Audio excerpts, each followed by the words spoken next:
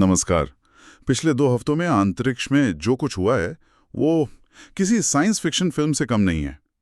एक तरफ दशकों पुरानी सरकारी संस्थाएं चांद पर वापसी की तैयारी कर रही हैं, तो दूसरी तरफ निजी कंपनियां रॉकेट पर रॉकेट लॉन्च कर रही हैं। आज हम इन्हीं घटनाओं की गहराई में उतरेंगे। शीर्षक है अगला पड़ाव चांद। हाँ, और ये सिर्फ रॉकेट और अंतरिक्ष यात्रियों की कहानी नहीं है, ये एक नई होड़ की कहानी है। आज की चर्चा में हम ये समझने की कोशिश करेंगे कि क्या ये दौड़ कछुए और खरगोश जैसी है। कछुआ और खरगोश, दिलचस्प है। हाँ, एक तरफ नासा है जो दशकों के अनुभव के साथ एक कछुए की तरह सधे हुए कदम बढ़ा रहा है, और दूसरी तरफ खरगोश की तरह दौड़ती निजी कंपनियां हैं। सवाल ये है कि इस दौड़ में कौन आगे निकलेगा और क्या वे एक दूसरे के बिना सफल हो सकते हैं। बिल्कुल सही सवाल है। और इस पूरी तस्वीर को समझने के लिए हमारे पास कई स्रोत हैं जिनका विश्लेषण किया है स्टीलो न्यूज ने। ये एक एआई संचालित समाचार एप्लीकेशन है और ये चर्चा प्रोवेव एआई द्वारा प्रस्तुत की गई है। जी, तो वैसे स्टाइलो न्यूज असल में स्टाइलो इंटेल ऑप्स का उपभोक्ता संस्करण है। मतलब एक ऐसा प्लेटफॉर्म जिसे सरकार, सेना और बड़े व्यवसायों में निर्णय लेने वालों के लिए बनाया गया है। तो चलिए इस शक्तिशाली टूल की मदद से इस कहानी की परतें खोलते हैं। तो कछुए से शुरू करते हैं। हाँ, नासा के आर्टेमिस 2 मिशन से 50 साल से भी ज्यादा समय के बाद इंसान चांद के करीब वापस जा रहे हैं। 17 जनवरी को वो विशाल space launch system SLS rocket और ओरियन कैप्सूल को कैनेडी स्पेस सेंटर के लॉन्च पैड 39B पर लाया गया। वो तस्वीरें ही एक ऐतिहासिक पल थीं। ये वाकई एक बहुत बड़ा कदम है। SLS, आप देखिए, दुनिया का सबसे शक्तिशाली रॉकेट है और ओरियन कैप्सूल को गहरे अंतरिक्ष की कठोर परिस्थितियों का सामना करने के लिए ही डिजाइन किया गया है। इस मिशन में 4 अंतरिक्ष यात्री हैं जो चांद का चक्कर लगाकर वापस आएंगे। तो ये सिर्फ एक परीक्षण उड़ान है? हाँ, लेकिन ये सिर्फ एक परीक्षण उड़ान नहीं है। ये भविष्य के आर्टेमिस 3 मिशन की नींव है, जिसका लक्ष्य आप जानते हैं 2027 या 2028 तक इंसानों को चंद्रमा के दक्षिणी ध्रुव पर उतारना है। हमारे स्रोतों में एक तकनीकी शब्द बार बार आ रहा है, वेट ड्रेस रिहर्सल। सुनने में तो ये बड़ा जटिल लगता है। क्या ये सिर्फ रॉकेट की टंकी भरने जैसा है? नहीं, उससे कहीं ज्यादा। इसे आप लॉन्च के दिन का फाइनल एक्ट मान सकती हैं, बस आखिरी सीन के बिना। इस प्रक्रिया में लॉन्च के दिन होने वाली हर चीज को हूबहू दोहराया जाता है। रॉकेट में सुपर कोल्ड ईंधन भरना, हजारों सिस्टम की जांच करना, पूरा काउंटडाउन चलाना, सब कुछ सिवाय अंत में इंजन चालू करने के। बिल्कुल। 31 जनवरी को इसका सफलतापूर्वक पूरा होना इस बात का संकेत है कि नासा की टीम लॉन्च के लिए पूरी तरह तैयार है। ये मिशन की सफलता के लिए आखिरी और सबसे अहम जांच होती है। यह दिलचस्प है कि नासा के प्रशासक जेरेड आइजैकमैन ने कहा है कि वो समय सीमा को पूरा करने की जल्दबाजी के बजाय सुरक्षा को प्राथमिकता दे रहे हैं। ये नासा का पारंपरिक तरीका है, बहुत सधाऊबा। हाँ, और यही बात इस मिशन को कछुए की चाल जैसा बनाती है, धीमी पर स्थिर। इस रॉकेट में स्पेस शटल के नवीनीकृत इंजनों का इस्तेमाल किया गया है। ये कैसे तकनीक है जिसे दशकों तक परखा गया है। अच्छा। तो एक तरफ पुरानी भरोसेमंद तकनीक है और दूसरी तरफ ओरायन जैसा अत्याधुनिक कैप्सूल। ये पुराने और नए का एक बेहतरीन मिश्रण है। नासा का संदेश साफ है, हम चांद पर वापस जाएंगे, लेकिन सही तरीके से, बिना किसी जल्दबाजी के। पर एक सवाल उठता है, क्या इस धीमी गति और सुरक्षा पर इतना ज्यादा ध्यान देने से अमेरिका कहीं चीन से पिछड़ तो नहीं जाएगा? चीन का चंद्र कार्यक्रम तो बहुत तेजी से आगे बढ़ रहा है। उनकी नजर भी चांद के दक्षिणी ध्रुव पर है। ये एक बहुत जरूरी सवाल है और यही इस नई अंतरिक्ष दौड़ का केंद्र बिंदु है। नासा का दृष्टिकोण सिर्फ झंडा गाड़ने का नहीं है, बल्कि एक स्थायी उपस्थिति बनाने का है। वो आर्टेमिस समझौते के जरिए कनाडा, यूरोप और जापान जैसे अंतर्राष्ट्रीय पार्टनरों को साथ लेकर चल रहे हैं। एक सहयोगी तरीका। बिल्कुल। उनका लक्ष्य एक ऐसा ढांचा तैयार करना है जो आने वाले दशकों तक चले।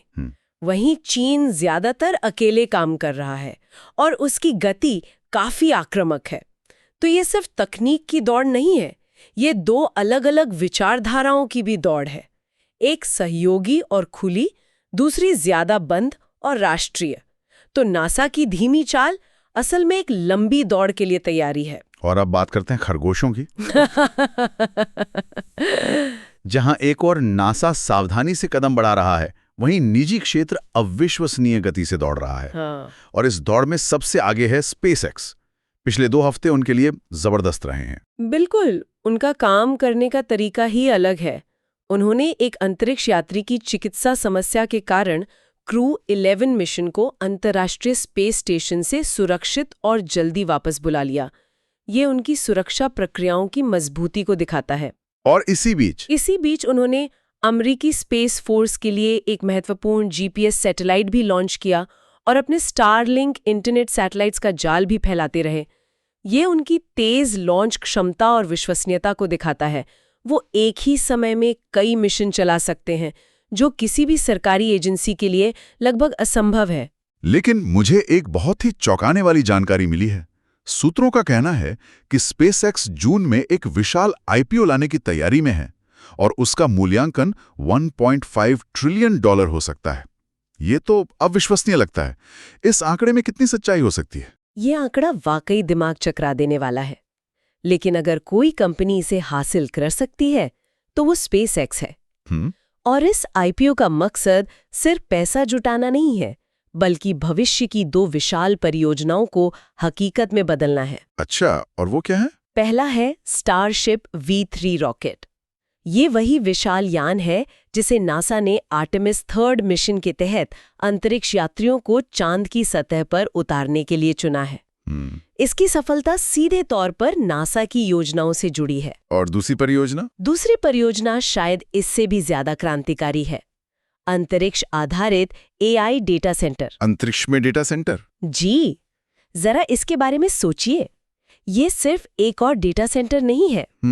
पृथ्वी पर डेटा सेंटरों को चलाने में सबसे ज्यादा खर्च बिजली और उन्हें ठंडा रखने में होता है।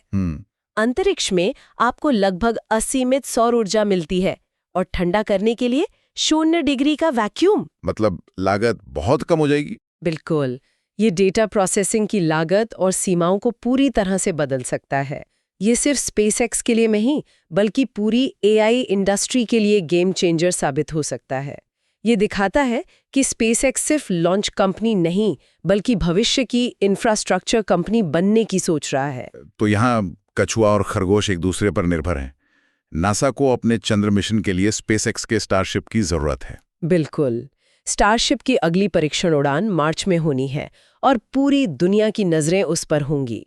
अगर वो सफल होती है तो आर्टेमिस 3 की समय सीमा यथार्थवादी लगेगी। अगर नहीं तो नासा की पूरी योजना में देरी हो सकती है।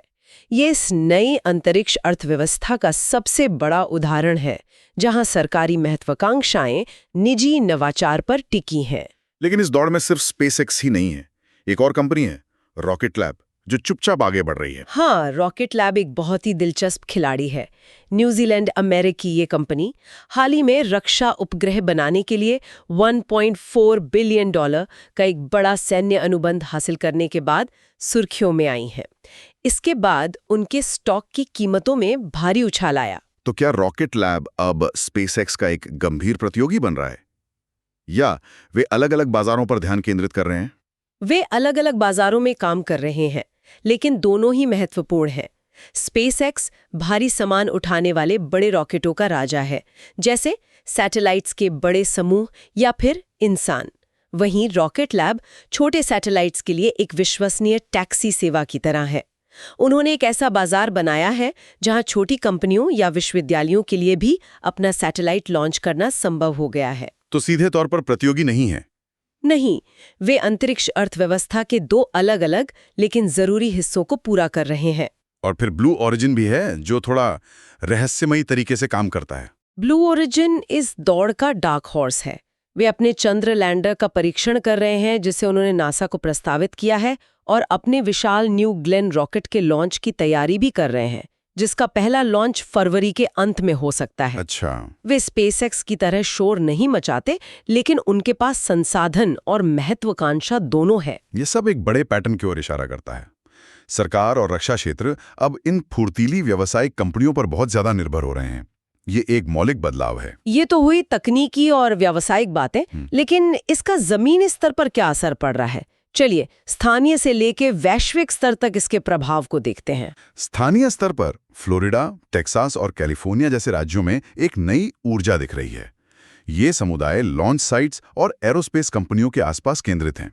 यहाँ हजारों नौकरियां पैदा हो रही हैं और ये जगह एक बार फिर अंतरिक्ष अन्वेषण के केंद्रों के रूप में अपनी पहचान बना रही हैं। और राष्ट्रीय स्तर पर इसका क्या मतलब है? राष्ट्रीय स्तर पर यह अंतरिक्ष में अमेरिकी नेतृत्व को फिर से स्थापित करने की एक कोशिश है।